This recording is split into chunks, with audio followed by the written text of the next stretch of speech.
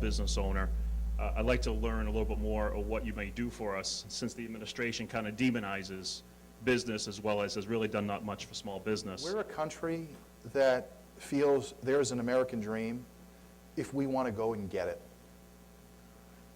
And I don't know about people here, but there were no handouts to me and to my folks and to their folks. People worked hard to build their American dream. And I think we can be a country that can thrive in an environment where a free market-based approach can provide you that American dream. Small business, in the course of 2 months, between the federal regulations and laws and the state regulations and laws, is being decimated in New Hampshire. Today, I was having pizza off of 101. And the owner of the pizza company basically said, look, I've got a rooms and meals tax that just went up, and now I've got an LLC tax. As a result, and I asked him if he increased prices. He said, can't do that in this economy. So he's got to bear that cost. He is not hiring summer help. He and his business partners' wives are now working for free at the restaurant. And he told me his party affiliation, and I won't tell you what it is, but it's not mine. And he said to me, I'm supporting you because I've seen what you've done in Manchester, and I've already heard what you're going to do as a member of Congress. And what people want in business is to be left alone. People want to be left alone.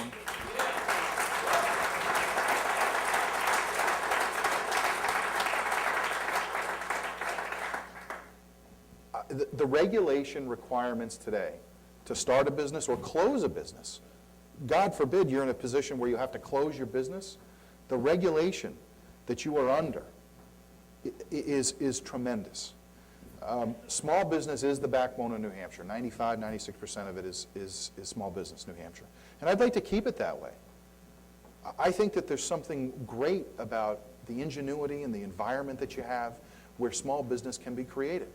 I went to visit Namtech today in Bedford. A disabled vet started the business. Guess how? Got laid off. And he took his own ingenuity and his own money and started a business, an IT business. They are one of the top 10 growing businesses in the state. They grew by 2,000% in 2009. There's something exciting about that kind of environment where you feel that you can be successful. My folks who happen to be here in the audience this evening own their own business for 40 years. And as a kid, I remember helping them because they didn't really have a choice. But there was something admirable, that you admired the fact that somebody created something and that other people that you were helping other people by employing them and making their families, self-sufficient as a result. And I think we're getting away from that. I don't think government truly appreciates how difficult it is to start a business, to be successful, to make payroll. I mean, imagine just the feeling of trying to make payroll every week because you have, whether it's 5 or 500 people relying on you and that paycheck. There's nobody on the administration or the Obama administration that's actually done it. And I think it's part of the problem. I think the advice that's being given is not sound advice, and it's not from people who have been there. But what I would do for small business, I heard this stat actually this morning. There are 222 volumes of federal regulation, 160,000 pages of federal regulation that go along with our laws. And I tried to find out today how many pages of laws we have. That number doesn't seem to be quantifiable. But I'm gonna keep looking. But could you imagine 160,000 pages of rules? That's just at the federal level. I mean, you have rules at the state level, you have rules at the local level. It is counter to that entrepreneurial spirit that I think we're proud of in New Hampshire and that we want to expand in New Hampshire because we've got a great quality of life, because of the healthy state we are, because of the safe state that we are. But what I would do is look at what rules and regulations can be eliminated to allow your business to be stronger, and to be more prosperous. Because I trust in you that you're the person who's going to create and grow an economy, not the government, number one. Number two, you're going to invest back in your business. One of the things that you could do right now is depreciate equipment, a year or two later instead of paying for it now. That would help you tremendously right now. Two, allowing you to partner with other companies to reduce your health insurance costs would help you 20%. And lowering your taxes. I know some people don't like to hear this, but lowering your taxes puts more money in your pocket to invest in your business. And if government trusted you to do with your money what you've already done with it, your company would be growing, and exponentially, the economy in New Hampshire would be growing. But I don't think Congress right now appreciates or respects that.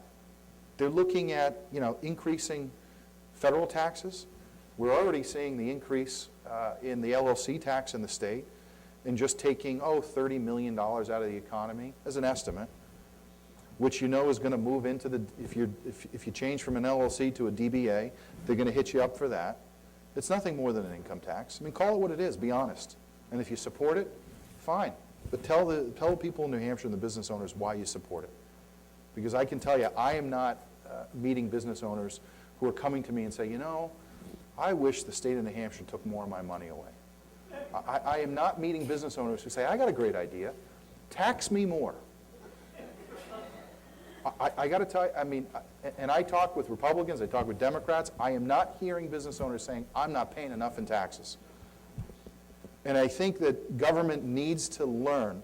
Anybody know what the largest growing sector of employment is in New Hampshire? You got it. Everyone else is on the decline. Every other measurable entity is on the decline. Government's out of touch with people. Government is out of touch. There used to be a time when government represented you. It's not representing you anymore. It's taking from you. And I think you're going to see a movement, not just in 2010, but beyond. And it's not about party. I got to tell you, it's not about party. This is about who is going to speak to the voters, listen to what people are looking for, and how they want to be represented. It goes beyond party, quite honestly. And that's why a gentleman came up to me today and said, you may or may not like this, but I was having a conversation with a friend of mine, and he didn't know if you were a Republican or a Democrat. And I took it as a compliment, because that meant I was governing, and I was governing to their satisfaction. And they weren't looking at me as a Republican or looking at someone as a Democrat.